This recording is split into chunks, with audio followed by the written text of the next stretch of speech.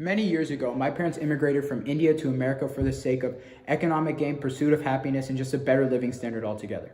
But you see, America didn't just achieve these qualities by the snap of a finger. They're backed by American history. Although America's narrative may have had many ups and downs, the mentality that America's had to empower its people so that way they can cause reformation for the betterment of their country has made America the great nation we see it as today. That is why I'm so proud to oppose the following motion that this House regrets the narrative of American exceptionalism.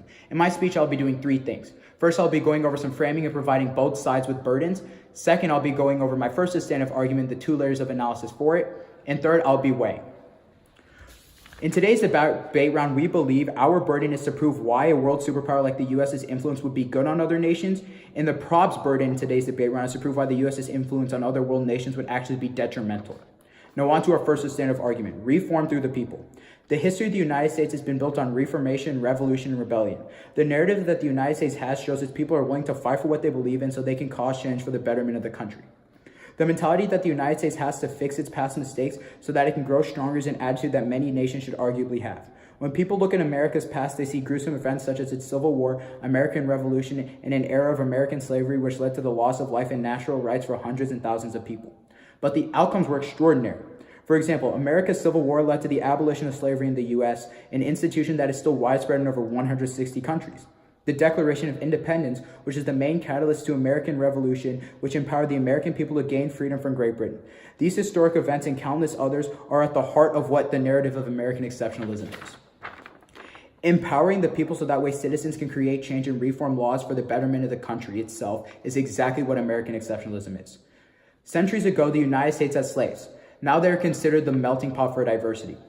Women were not allowed to work the same jobs as men. Now women are even holding political office. African Americans were not allowed to vote. Now they've had an African American president. These strides in American history have made America what they are. If this mentality reaches other nations, people will be inspired to create change in other countries. This leads us on to our first layer of analysis, global precedent. When countries look at the heart of America's narrative, they see what America has done, the changes they made to become the nation they are today. When they see this, they see that through all these things, the government actually empowered their people, gave them the things they needed so that way they could fight, so that way they could believe in what they wanted, so that way the country could reform for the better, not just in the past, but in the status quo and in the future. If other countries see this, they will set a global precedent that they can actually empower their people too, so that way their citizens can be empowered, their countries can reform for the better of their country in the future, and they can actually correct their past mistakes just like America did historically. Now on to our second layer of analysis, which actually is empowering the people.